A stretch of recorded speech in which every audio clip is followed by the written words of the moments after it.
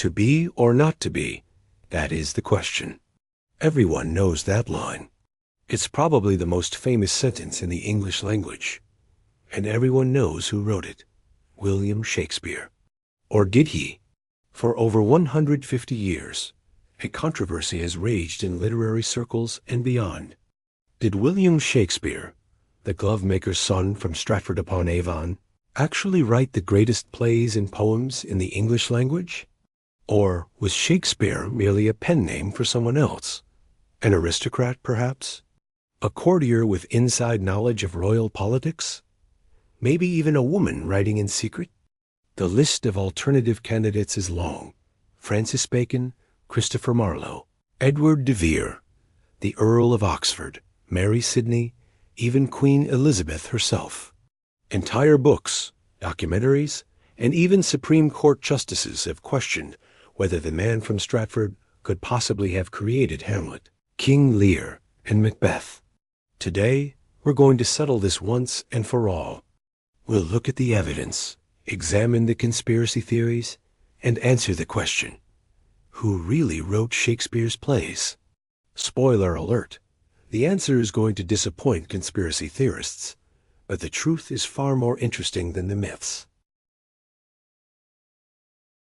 Let's start by presenting the strongest arguments made by the Anti-Stratfordians, the people who believe Shakespeare didn't write Shakespeare. Because, to be fair, when you first hear these arguments, they can sound pretty compelling. Argument 1. The education problem.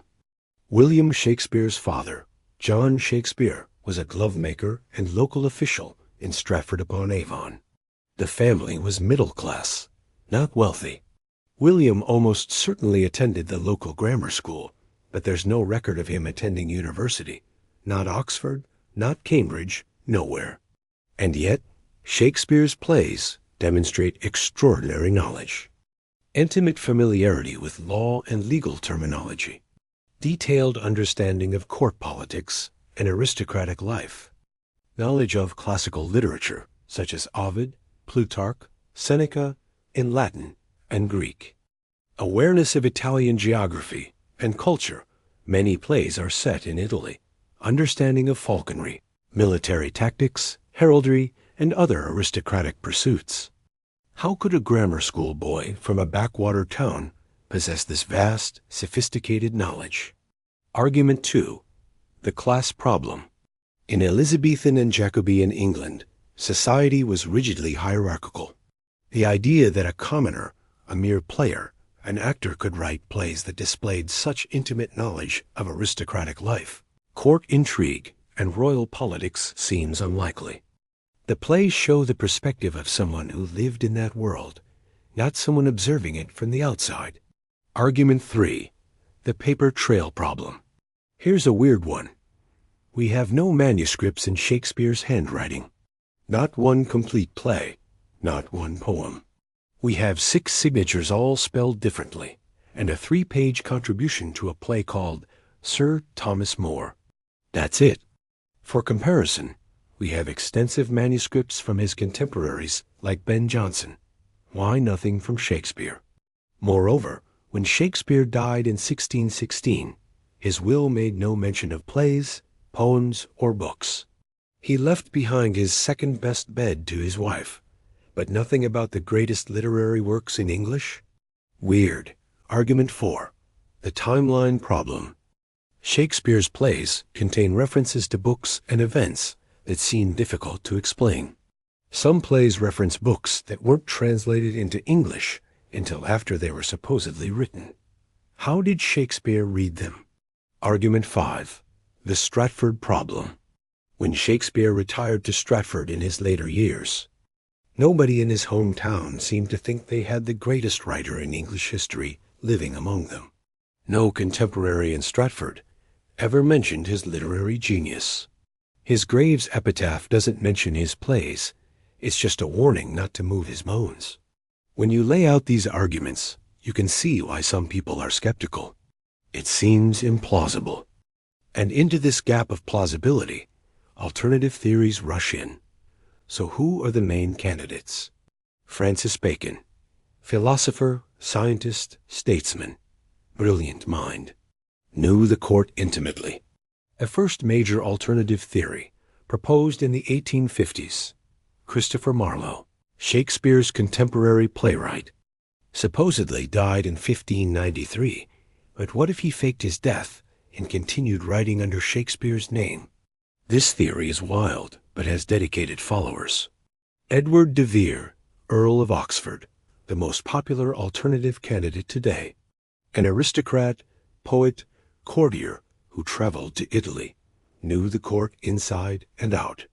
There's even a big-budget movie about this theory, starring Rhys Ifans. Mary Sidney, Countess of Pembroke, the secret woman writer theory.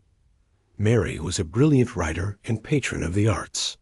Maybe she wrote the plays, but couldn't claim authorship as a woman? These theories are seductive. They appeal to our love of mysteries, our distrust of official narratives, and maybe even a bit of snobbery, the belief that great art must come from great people, not commoners. But here's the thing. Every single one of these theories crumbles under scrutiny. Let me show you why. Let's dismantle the Anti-Stratfordian arguments one by one, because they all share the same fundamental flaws. They ignore evidence, misunderstand Elizabethan England, and rely on assumptions that don't hold up. Counter-argument 1. The education wasn't that unusual. First, let's talk about Shakespeare's education. Stratford's grammar school was actually quite good. Grammar schools in Elizabethan England provided rigorous education in Latin, rhetoric, logic, and classical literature. Students would have read Ovid, Virgil, Cicero, and Seneca, all authors Shakespeare references. As for university, most playwrights of the era didn't attend university. Christopher Marlowe did, but Ben Jonson didn't. Thomas Kyd didn't. Plenty of successful writers were self-educated or grammar school educated. The idea that you needed aristocratic breeding or university education to write great literature is pure snobbery. It's also ahistorical. Elizabethan England was a place where talented commoners could rise through their wits, and the theater was one avenue for doing exactly that. Shakespeare's knowledge of law, court life, and Italy? All easily explained. Law. Theater companies were constantly in legal disputes. Shakespeare was part owner of the Globe Theatre and dealt with contracts constantly. Plus, legal language was part of everyday educated speech. Court life. Shakespeare's company performed at court regularly. He saw the aristocracy up close. Italy. He read books. Lots of books. There were travel guides, translations of Italian literature, and stories set in Italy. He never went to Italy, which is obvious from the hilarious geographical errors in his plays. In The Two Gentlemen of Verona, characters sail from Verona to Milan. There's no water route between them. In The Winter's Tale, Bohemia has a seacoast. It doesn't. Shakespeare was working from books, not experience. Counter-argument 2. The class argument is snobbish and wrong. The assumption that only aristocrats could understand aristocrats is nonsense. Actors performed for aristocrats. They observed them constantly. Shakespeare spent his entire adult life in and around the court and nobility. He watched how they behaved, listened to how they spoke, understood their politics. Plus, his plays actually get things wrong about aristocracy in ways a real aristocrat never would. His understanding is sometimes superficial or mistaken. A real earl would have known better. Counter-argument 3. The manuscript problem isn't a problem. We don't have Shakespeare's manuscripts because playwrights didn't keep manuscripts in the way we imagine. Plays were working documents owned by theater companies, not authors. They were revised, cut, adapted for different performances. The idea of preserving an author's original manuscript is a modern concept. As for the will, wills in Elizabethan England dealt with property and money, not intellectual property. Books and manuscripts had little monetary value. The absence of plays from his will is completely normal. And yes, We have his signature on the Sir Thomas More manuscript, which is proof he could write and did contribute to plays. Counter-argument 4. Alternative candidates don't work. Let's look at the main alternative candidates. Edward de Vere died in 1604. Francis Bacon has zero evidence connecting him to the plays. The theory relies on cryptograms and code breaking that have been thoroughly debunked. Bacon's own writing style is nothing like Shakespeare's. Christopher Marlowe died in 1593, just as Shakespeare's career was taking off.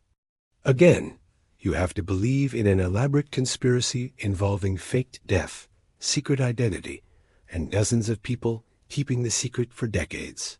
Mary Sidney is an interesting candidate, but there's no evidence whatsoever connecting her to the plays. Plus, several of Shakespeare's plays were published under his name during her lifetime.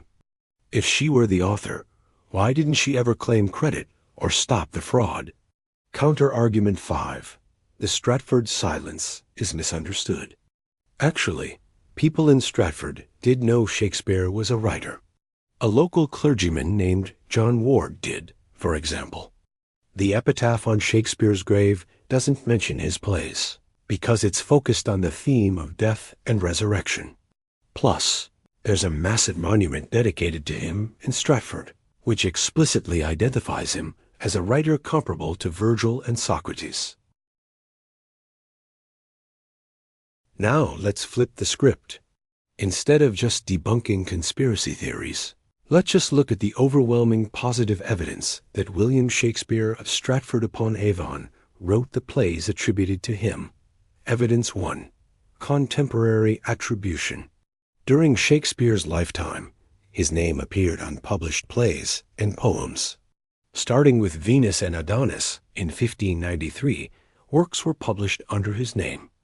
The first folio in 1623, the first collected edition of his plays, was published by his fellow actors John Hemmings and Henry Condell, who knew him personally. They wrote a dedication that explicitly identifies Shakespeare as the author.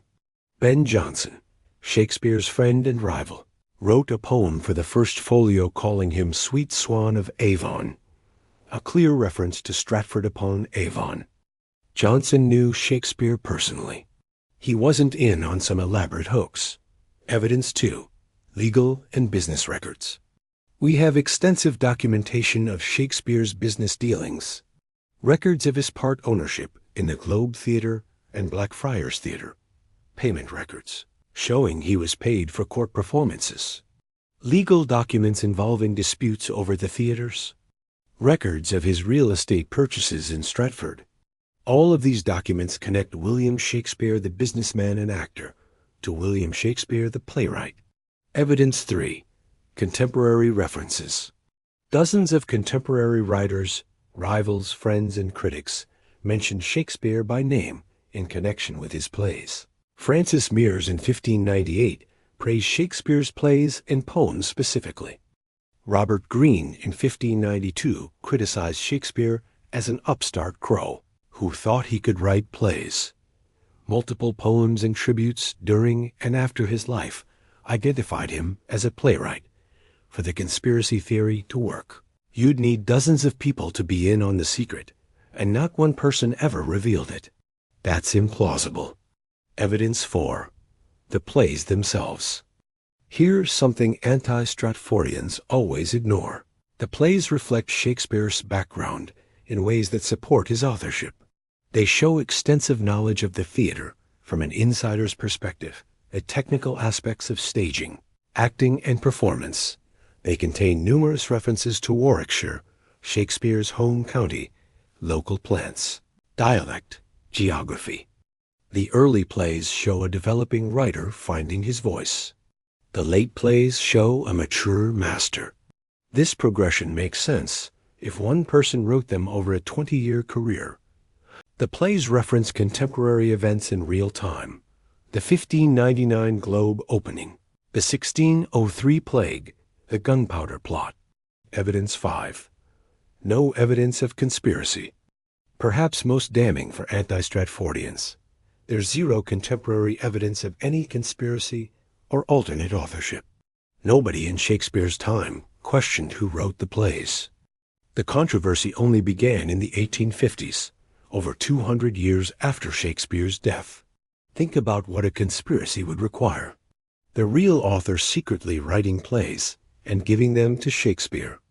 Shakespeare agreeing to be the front man. The theater company going along with the fraud. Other playwrights, actors, publishers, and critics all keeping the secret. No one ever leaving a document, letter, or diary entry revealing the truth. The conspiracy continuing for decades without anyone breaking. It's absurd. The simplest explanation, that the man credited with writing the plays actually wrote them, is almost certainly correct. So if the evidence is so overwhelming that Shakespeare wrote Shakespeare, why do these theories persist? Reason 1. Snobbery and classism. Let's be honest. The Shakespeare authorship question is rooted in snobbery. It's the belief that a commoner, a mere actor, couldn't possibly have created transcendent art. Great art must come from great people, meaning aristocrats, university men, the educated elite. This is insulting to Shakespeare, but it's also insulting to the human potential for genius regardless of birth. History is full of geniuses who came from humble backgrounds. The Bronte sisters were the daughters of a poor clergyman. Charles Dickens worked in a factory as a child. The idea that you need aristocratic breeding to write great literature is simply false. Reason 2. The romantic myth of the tortured genius. We like to believe that great art comes from lives as dramatic as the art itself. Shakespeare's life, successful businessman, devoted family man, reasonably prosperous, is kind of boring. There's no drama, no secret identity, and no clandestine love. The alternative theories provide the drama we crave. Secret aristocrats, faked deaths, forbidden authorship. It's a better story, but better story doesn't equal true story. Reason 3. Lack of understanding of Elizabethan theater. Many Anti-Stratfordians simply don't understand how Elizabethan theater worked. They project modern ideas about authorship, copyright, and the sanctity of literary texts onto a completely different era. In Shakespeare's time, plays were collaborative, often revised by multiple hands. Theater companies owned plays, not individual authors. Playwrights were working craftsmen, not revered artists. There was no cult of the individual author as there is today. Once you understand the context, the mysteries evaporate. Reason 4. Conspiracy thinking. Authorship deniers engage in classic conspiracy theory thinking. They demand absolute proof for the official story while accepting thin speculation for alternatives. They interpret lack of evidence as evidence of cover-up. They see patterns and connections that aren't there. They assume experts are either fooled or complicit. This is the same thinking that fuels moon landing denialism and flat earthers. It's not rational analysis, it's motivated reasoning. Reason 5. The appeal of secret knowledge. There's something seductive about believing you know the truth that the mainstream is hiding. It makes you feel smart, special, in on the secret. Anti-Stratfordians see themselves as brave truth-tellers fighting against an academic establishment that's protecting a lie. But here's the reality. Scholars would love to discover that someone else wrote Shakespeare. It would be the biggest literary discovery in history. Academic careers are made by overturning conventional wisdom. If there were any real evidence, scholars would jump on it. The reason the academic consensus is that Shakespeare wrote Shakespeare isn't because of some conspiracy. It's because that's where the evidence leads. So if we accept that William Shakespeare wrote his own plays, which the evidence overwhelmingly supports, who was he really? Here's what we know for certain. The biography. Born in Stratford-upon-Avon, April 1564. Father was John Shakespeare, glovemaker and local official. Mother was Mary Harden, from a slightly higher class family. Attended Stratford Grammar School, almost certainly. Married Anne Hathaway in 1582. She was pregnant with their first child, had 3 children, Susanna, and twins Hamnet and Judith. Moved to London sometime in the late 1580s and joined the theatre world. Became an actor, playwright, and eventually part owner of the Lord Chamberlain's Men, later the King's Men. Wrote approximately 38 plays and 154 sonnets between roughly 1590 and 1613. Retired to Stratford around 1613. Died April 23, 1616, possibly on his 52nd birthday. The man? Shakespeare was a working playwright. He wrote plays to make money, to entertain audiences, and to serve his theater company. He wasn't sitting in an ivory tower crafting perfect art. He was meeting deadlines, revising based on what worked in performance, and collaborating with other writers and actors. He was a savvy businessman who invested in real estate and theater companies. He was prosperous, not rich, but comfortable. He was connected to the court and aristocracy through his theater company's patronage, but he was never part of that world in a social sense. He observed it, performed for it, but remained outside it. He experienced tragedy. His son Hamnet died at age 11, and joy, success, and struggle, just like any human being. And somehow, from this ordinary life, came extraordinary art, the genius. Here's what makes Shakespeare's achievements so remarkable and so human. He wasn't born into privilege or genius. He worked for it. He read voraciously, learned from other playwrights, studied human nature, and honed his craft over decades. His early plays are good, but derivative. His middle plays are masterpieces. His late plays are experiments in form and style. You can see the growth, the development, the evolution of a working artist getting better and better at his craft.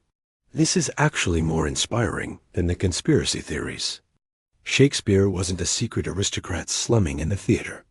He was a talented person from an ordinary background who, through hard work, intelligence, and genius, became the greatest writer in the English language. That's the real story, and it's better than any conspiracy theory. So, who really wrote Shakespeare's plays? William Shakespeare did, the man from Stratford-upon-Avon, the glove-maker's son who moved to London, joined a theater company, and over 2 decades created the greatest body of work in English literature.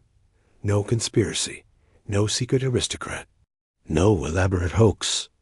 Just a brilliant writer who happened to come from ordinary circumstances, which, if anything, makes his achievement even more remarkable. The authorship controversy tells us more about ourselves than about Shakespeare. It reveals our biases about class, education, and genius. It shows our love of mystery and distrust of simple explanations. It demonstrates how easy it is to construct elaborate theories when we ignore evidence that doesn't fit our preferred narrative. But the evidence is clear. Every serious Shakespeare scholar, every expert on Elizabethan theater, every historian who's examined the documents agrees. Shakespeare wrote Shakespeare. Believing otherwise requires ignoring mountains of evidence, dismissing contemporary testimony, and accepting elaborate conspiracy theories with zero supporting documentation. In the end, the truth is more inspiring than the fiction.